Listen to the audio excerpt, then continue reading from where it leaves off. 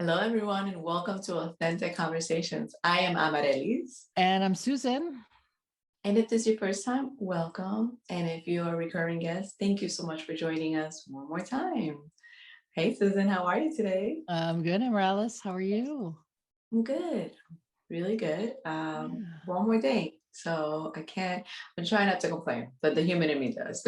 Listen, one day at a time, one day at a time. And you know what complaints do anyway? Complaints put your energy into like a negative state, right? Yeah, yeah. I mean, that's what we talk about here, right? It's our energy, it's our mindset.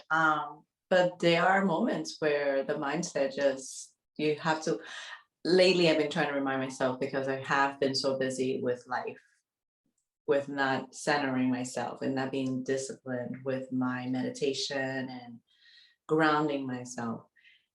It is a lot of work. It's a lot of work, and it's almost like for me as a kid who went to church every Sunday and did church activities, and when it's on your own, it becomes really hard. You have to remind yourself that Thursday night meditation is so important because it's 30 minutes that I'm taking for myself.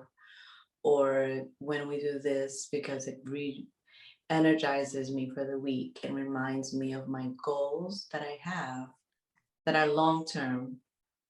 And so, yeah, I've been trying to remind myself instead of beating up myself about that, not doing the yoga, new place. I don't have a yoga place. That it will come to terms, but I also have to put my part into it. Yes, yes. So this week's meditation, it's interesting you talk about that, was all about motivation.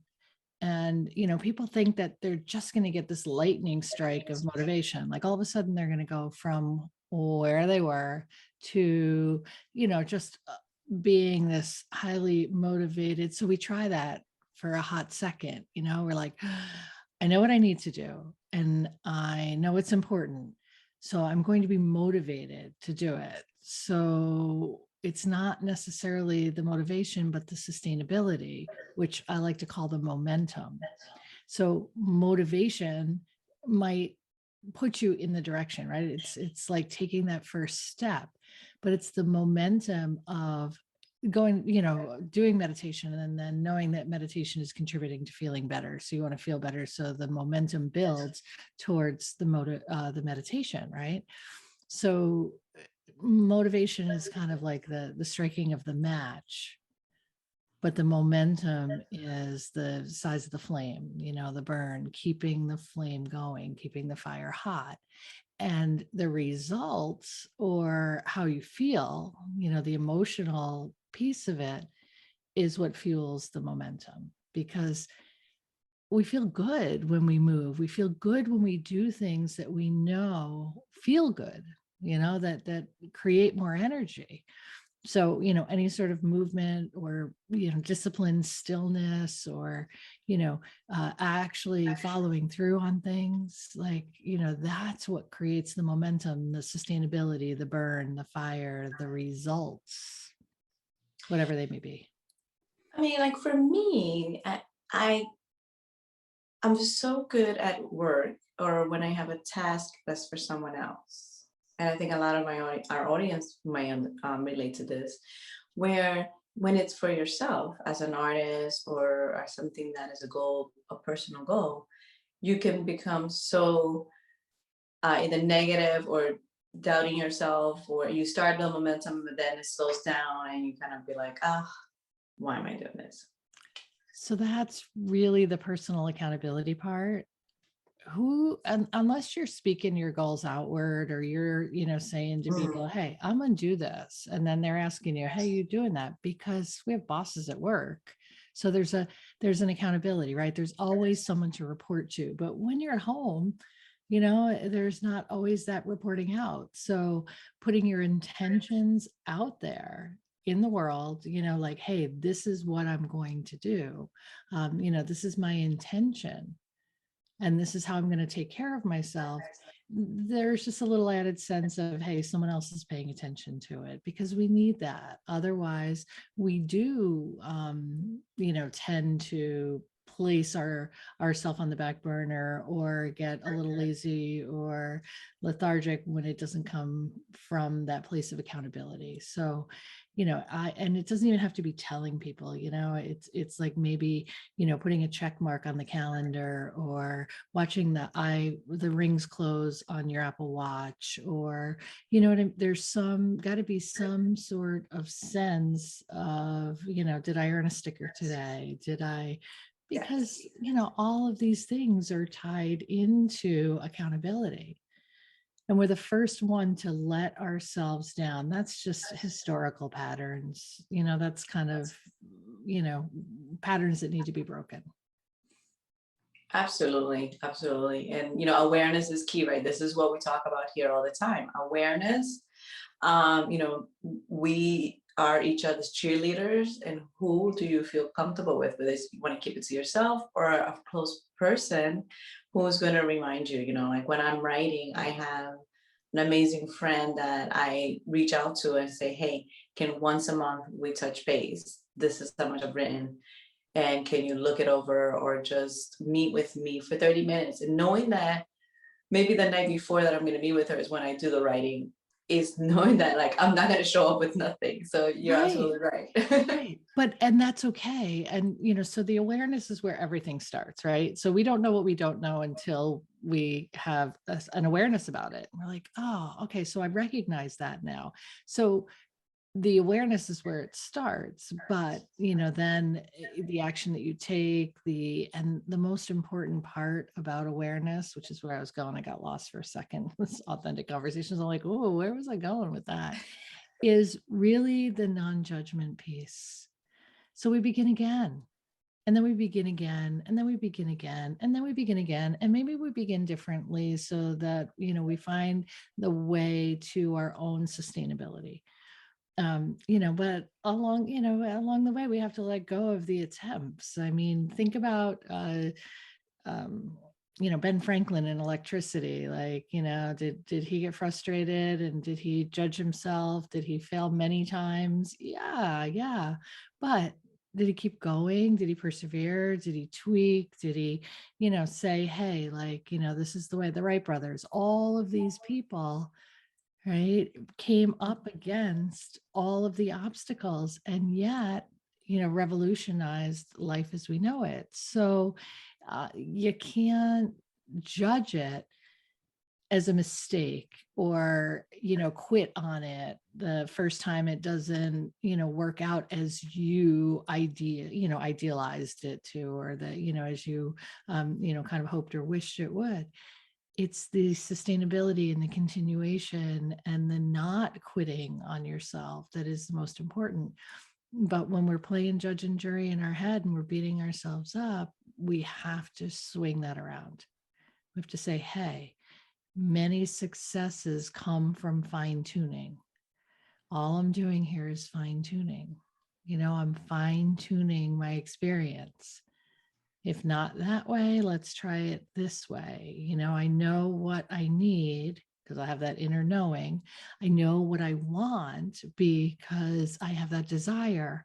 So, I have to continue to move in that direction and not beat myself up along the way. Just recognize experience as experience and, and continue on. Show up for battle every day. Show up for battle every Absolutely. day. And then again, and if you have people that are going to be reminding you in a negative way, like, well, you said you were going to do this, those are the people that you know not to tell. And I mean, that's why a lot of us decide when we are in this path of finding our inner guidance and having a conversation with ourselves. This morning I was looking at something and they were saying, how you lose your friends when you're starting to go down this journey of path, but it's the people that are not going to support you will eventually kind of leave because they're not your right cheerleaders. Well, they no longer, have the same, you no longer have the same need for their role in your life. So the other thing is I want to go back to, like, if somebody, kind of holds you accountable. Well, you said that could be not necessarily a negative, right? It's how you perceive it. You're like, ouch, they're holding me accountable. Maybe that is exactly what I need. So instead of perceiving that as negative, let me use that as fuel. Let me, recognize that the message is loud and clear. I'm not holding up my end, so how you perceive it Hmm. is also, how you receive it. How you perceive it is how you receive it, right? What are your triggers? And don't take things personal. I'm Oh, thinking of the four Don agreements. Miguel Ruiz, love that book. Love that book. So Right, right. Going back to, how do we, when somebody tells us something, there are mirrors. We've talked about this. Have we talked about this, Suzanne? yeah, we have, every experience that we have or interaction that we have with someone else is really reflecting back to us how we believe, or we feel about certain things, right? Beliefs, feelings, they're really intertwined. They're very closely related. So when we see something that we admire in someone, right, we always compare and contrast that back to where we are. But when we see something that rubs us or irks us within someone, it's also the same kind of look back. We forget that. We have great admiration for all of these people who are doing incredible things, which we are also doing incredible things, but we forget to look at ourselves in that light. So we admire them, and and we want to emulate or mirror our path along their goodness. But when we see things that we don't like, we assume that we're separate from that, and that what we see in others that we don't like is their stuff. But really, how we're perceiving it is how we're receiving it, right? So what we see in others becomes maybe something that we're uncomfortable with within ourselves and have to look at. So We are uncomfortable with ourselves and have to look at, okay, so basically, if I'm seeing something that I don't like about somebody, deep down inside is something that it's about me that I might myself be doing also, but I'm not and aware.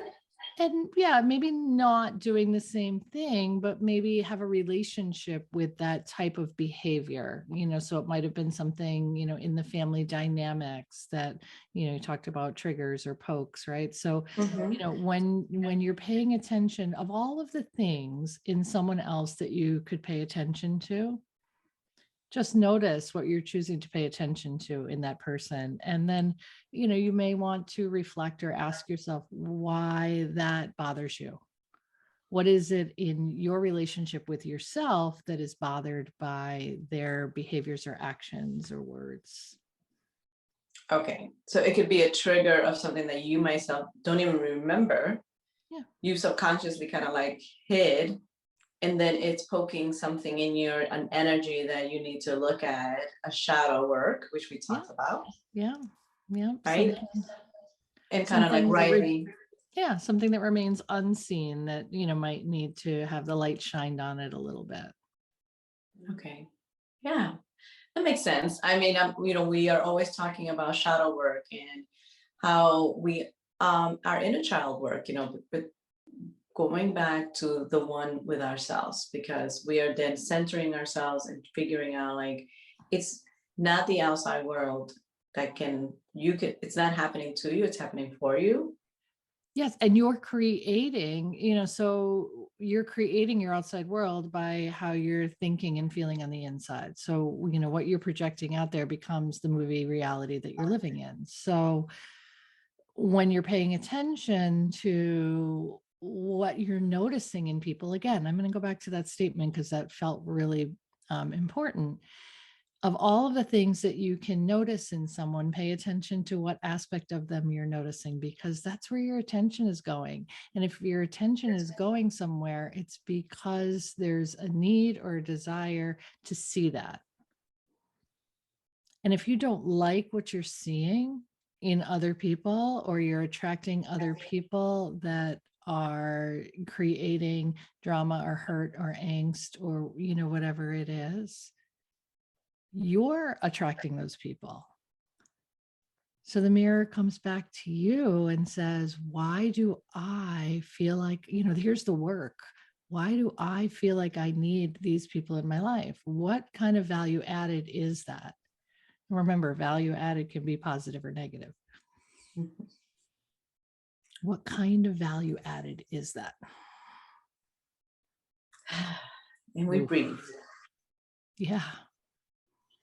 And Morales, I know when you close your eyes, when you're going to ask something and you close your eyes, I'm bracing for it. I'm like, okay, here it comes. Because I want you guys to know this is totally unrehearsed. And, we are just really literally having this conversation as if we were talking on the phone, and that's the important piece, because ask those questions, close your eyes and ask those questions. Yeah, yeah. Well, it's just so much on in my brain. Like I always want to dissect everything, and I want to know, because that's who I am. I'm the questioner. I want to figure out or have the inkling in me that it is, I know that it's also out there to others, and making sure that we are understanding, because most of the time I'm just like, man, Susan just always has the right answer. The universe has the right answer. Sometimes I just happen to be the person sitting in the seat, with the words. But it's so important too. And as the dissector, like that's not all the time either, because you can't get caught up in picking everything apart, right? Yes. It's important to just be in the moment and, feel the joy and feel the sorrow and, feel whatever it is that's happening right then.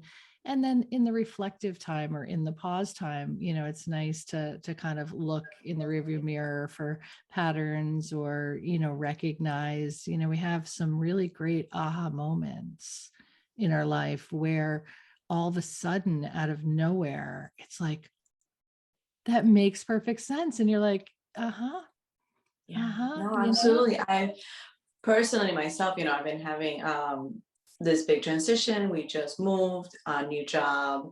And in my job, a lot of energy is changing, new bosses, new people coming, lots of people going. And I've had my moments where I'm like up and down, up and down. And yesterday was one of those days where I was just like, okay, let's recenter ourselves. Let's go back to the basics, right? Let's show up. Let's be in the moment. Do what you can do, what you love to do, and do the best that you can. And the rest will happen, right? And I mean, it was another full night of obstacles and chaos. hurdles, Yeah. but there I But have to remind myself what triggers me to be there, right? Like what's that little inkling fire that drives me? And it's, being with others, having conversations, problem solving. I love it. So I should remind myself so that I can be happy with the position and what I'm doing. And then the rest, right? We have our goals, we have the map. They're there, they're not going to come as fast as we want them to. And it's it's reminding ourselves. practice. It shows up exactly at the right time. So you are just practicing. You are practicing standing in your light. You're practicing standing in your power. You are practicing taking care of yourself. And as long as you continue to practice that and you can return yourself back to a centered human being, right? Not the Right. employee who's getting reamed out or the person that everyone is, has these expectations of. No, you just return yourself back to your Oh my God. humanness. So you remind me of last night I met this gentleman, really nice. And um in the field that I'm in, for our audience, I'm in hospitality. So I'm constantly trying to make sure that my guests are happy. And then there's times when I need a little help from my guests. So it was a situation and we had a great conversation. And at the end, the way that I kind of got things going, it looked like I was helping him and helping him go to another room, but really it was he was helping me because I was oversold.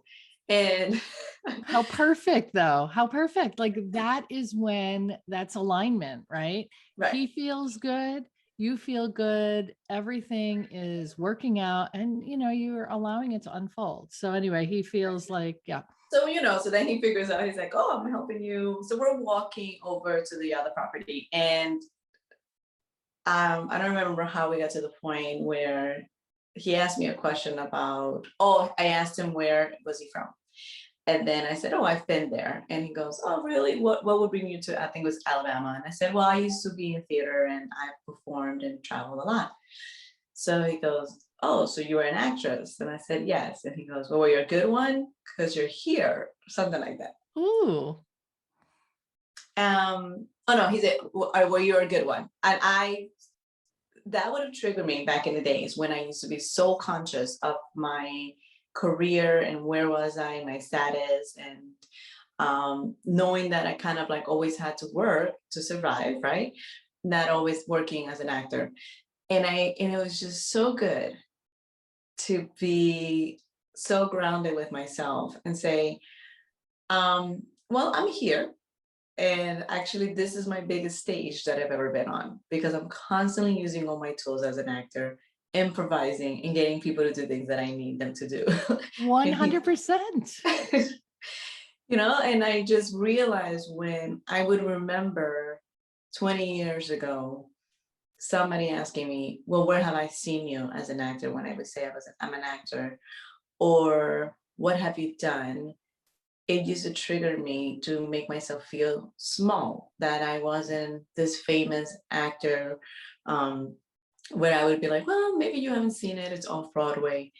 But now I know that, we are all actors in this world at the end of the day. That's We all right. have a role to play.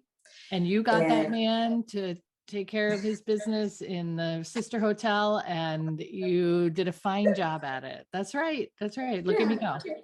and we connected. We had a great conversation and he was happy. But I remember that little thing of like when as I'm walking, I said, wow, I remember when that would have triggered me and made me feel like, man, I'm not doing what I'm supposed to be doing. But when I came into hospitality, I fell in love with it. And I fell in love with the improvisations that you have to do of problem solving, and helping others and making sure they're having a great stay at your new home away from home. That's how I see it. That's the way that I carry my profession, Yes. no matter where I go.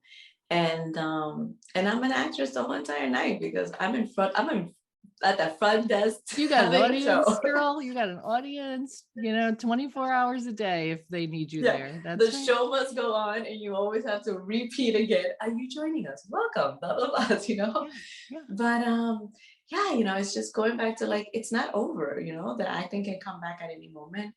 Or how do I fill in those shoes of me always wanting to be around people? Because my acting was not just about being on the stage.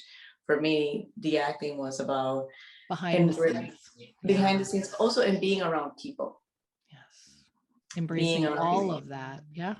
Yes, embracing all of that. So, guys, thank you once again for joining us and entertaining our conversations that we have here. An authentic conversation. That's why it's called that, because Susan and I always love to have back and forth conversations. And in her field as a life coach, what better place than for me to pick her brain constantly and just keep her on her toes.